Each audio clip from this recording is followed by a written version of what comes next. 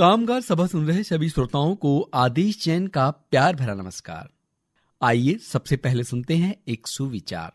एक छोटी सी चींटी आपके पैर को काट सकती है, पर आप उसके पैर को नहीं काट सकते।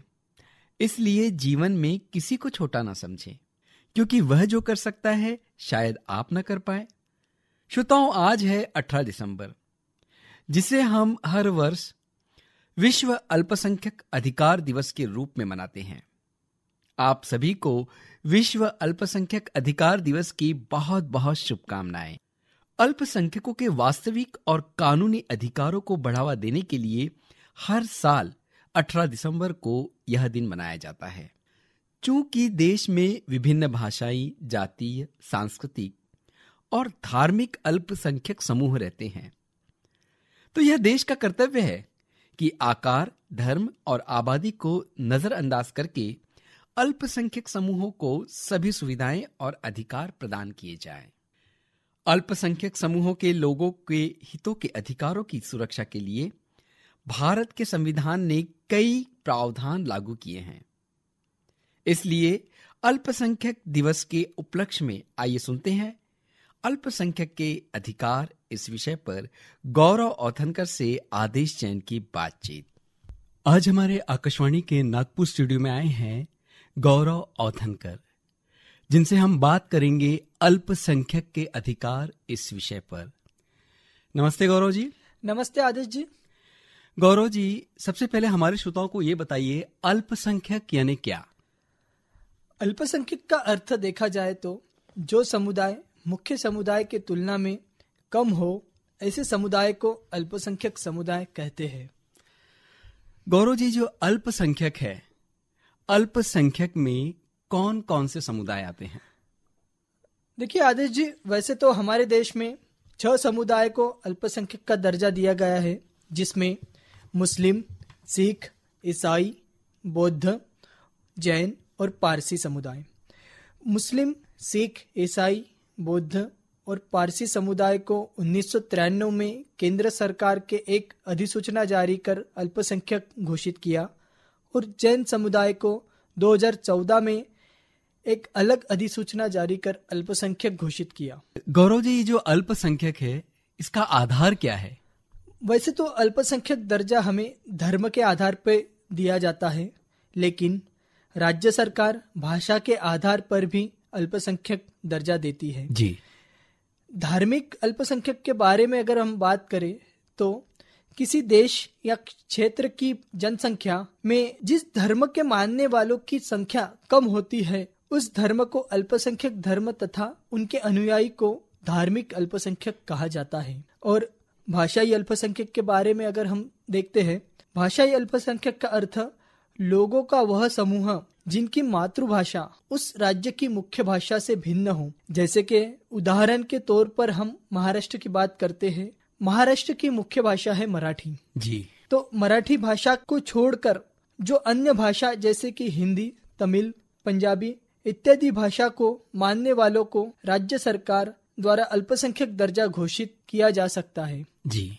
भाषाई अल्पसंख्यक दर्जा राज्य उनके सामाजिक एवं आर्थिक विकास हेतु देता है, जो उस राज्य के संविधान द्वारा अपेक्षित होता है जी। गौरव जी, अल्पसंख्यक योजना क्या है? देखिए आदेश जी, अल्पसंख्यक योजना यानी जिस समुदाय को सरकार अल्पसंख्यक समुदाय घोषित किया है, ऐसे समुदाय के सर्वांगीण विकास के लिए सरकार द्वारा अनेक योजनाएं चलाई जाती है, जिससे अल्पसंख्यक समुदाय का विकास हो जी। गौरव जी, अल्पसंख्यक के लिए कौन कौन सी कल्याणकारी योजनाएं हैं? वैसे तो अल्पसंख्यक के लिए सरकार द्वारा बहुत सारी योजनाएं चलाई जा रही है।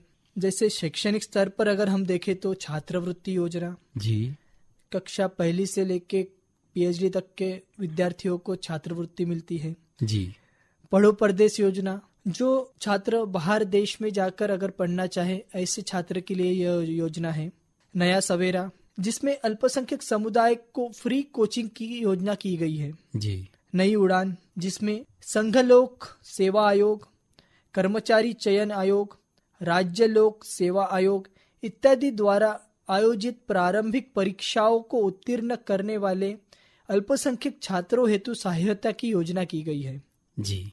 आर्थिक स्तर पर अगर हम देखें तो सीखो और कमाओ योजना, इसके अंतर्गत अल्पसंख्यक का कौशल्य विकास, पारंपरिक कलाओं शिल्पों के विकास हेतु कौशल्य विकास एवं परीक्षण योजना की गई है।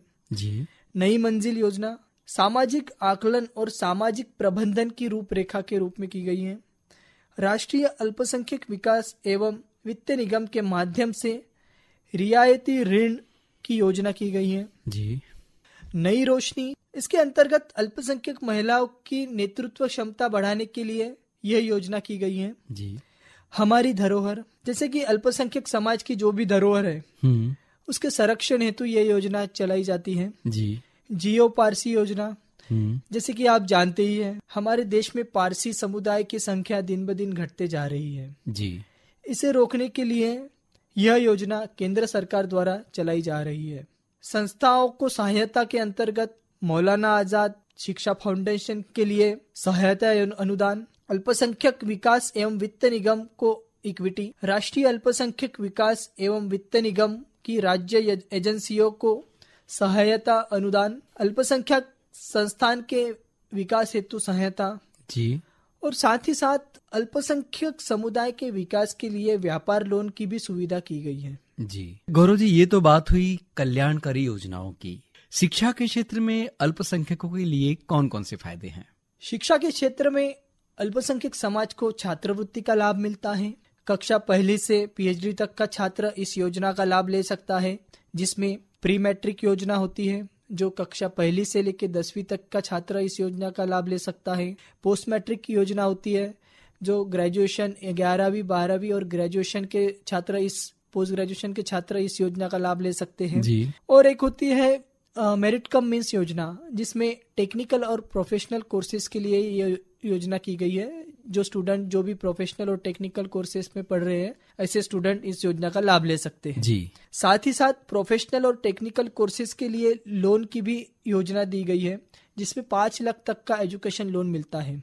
और देखा जाए तो जो कॉलेज या स्कूल अल्पसंख्यक समुदाय द्वारा चलाए जाते हैं और उनका रजिस्ट्रेशन उन्होंने अल्पसंख्यक कॉलेज के रूप में किया हो, ऐसे कॉलेज में सीट एलोकेशन में भी अल्पसंख्यक छात्रों को फायदा मिलता है। जी। गौरव जी, अल्पसंख्यकों के लिए क्या कोई प्रमाण पत्र की आवश्यकता होती है? वैसे तो अल्पसंख्यक प्रमाण पत्र ये स्वघोषित प्रमाण पत्र होता है, जिसे सेल्फ डिक्लेरेशन सर्टिफिकेट कहा जाता है। जी।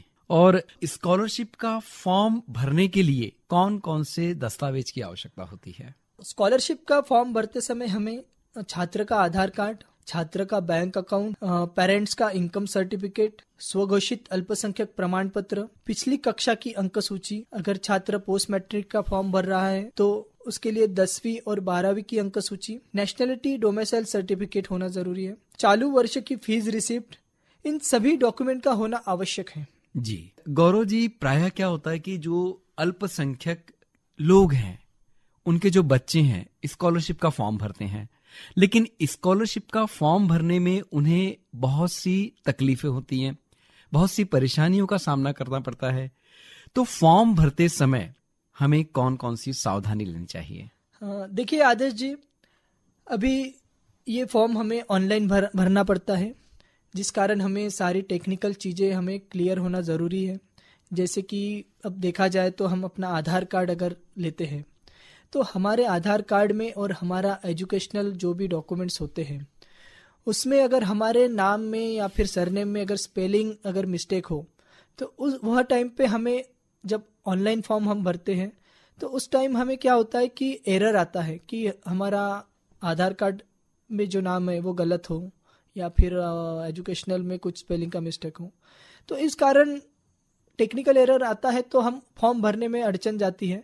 तो उसमें हमें विद्यार्थियों को ये देखना चाहिए कि अपना आधार एक तो अप टू डेट हो, हमारे अगर एजुकेशन और आधार में अगर कोई स्पेलिंग का मिस्टेक हो तो वो हमें करेक्ट करना चाहिए पहले तो, और जो आधार कार्ड पे जैसा नाम और डेट ऑफ बर्थ दिया जाता है वैसा ही हमें हमारे ऑनलाइन रजिस्ट्रेशन के समय भरना होता है जी। इसी बाद हमारी आईडी क्रिएट होती है और जो विद्यार्थी जो रिलीजन से बिलोंग करता है वही रिलीजन उनको डालना चाहिए जी। कैटेगरी में हम जनरल कैटेगरी का होना जरूरी है क्योंकि ये योजना जनरल कैटेगरी में आते हैं जो भी अल्पसंख्यक उनके लिए होती है। और जो कभी बहुत बड़ी दिक्कत ये आती है कि कोई कोई स्कूल या कॉलेजेस हमारे पोर्टल पे या फिर स्कॉलरशिप पोर्टल पे ऐड नहीं होते हैं। ऐसे में वो कॉलेज या स्कूल को अपना नाम या फिर अपना रजिस्ट्रेशन ये पोर्टल पे करना अनिवार्य होता है, जिस कारण स्टूडेंट अपना फॉर्म भर सके जी। ऐसी बहुत सारी अड़चनें हमें आती है, हम फॉर्म भरते हैं लेकिन जब भी हम कोई नया काम शुरू करते हैं तो हमें अड़चनें आती है, तो हम उसकी स्टडी करके हम आगे बढ़ते हैं। इसी तरह विद्यार्थी भी अगर हम फॉर्म भर रहे हैं तो उनको जो अड़चन आती है उसके बाद वो कॉलेज में जाते हैं कि हमको ये अड़चन आ रही है जी, तो ये सॉल्व होता है। तो इसी तरह जो भी अड़चनें फॉर्म भरते समय आती है वो सॉल्व होती है। अभी तो बहुत सारी अड़चनें सॉल्व हो गई है, जैसे बहुत सारे कॉलेजेस पहले रजिस्टर नहीं थे, अभी बहुत सारे कॉलेजेस रजिस्टर हो चुके हैं जी, और बहुत सारे विद्यार्थी इस चीज का लाभ ले रहे हैं जी। गौरव जी, आज आप हमारे आकाशवाणी के नागपुर स्टूडियो में आए और आपने अल्पसंख्यक के अधिकार इस विषय पर हमारे श्रोताओं को बहुत ही महत्वपूर्ण जानकारी दी। इसके लिए मैं आकाशवाणी नागपुर की ओर से आपको अनेकानेक धन्यवाद देता हूँ। नमस्कार। नमस्कार आदित्य जी। श्रोताओं, अभी आप सुन रहे थे अल्पसंख्यक के अधिकार इस विषय पर गौरव औथनकर से आदेश जैन की बातचीत।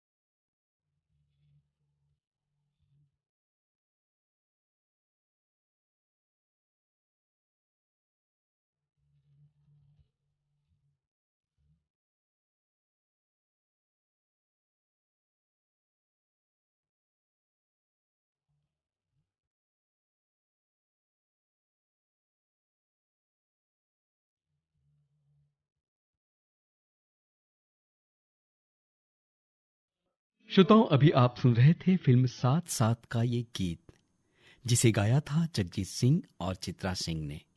शब्द रचना थी जावेद अख्तर की और संगीत से सजाया था कुलदीप सिंह ने।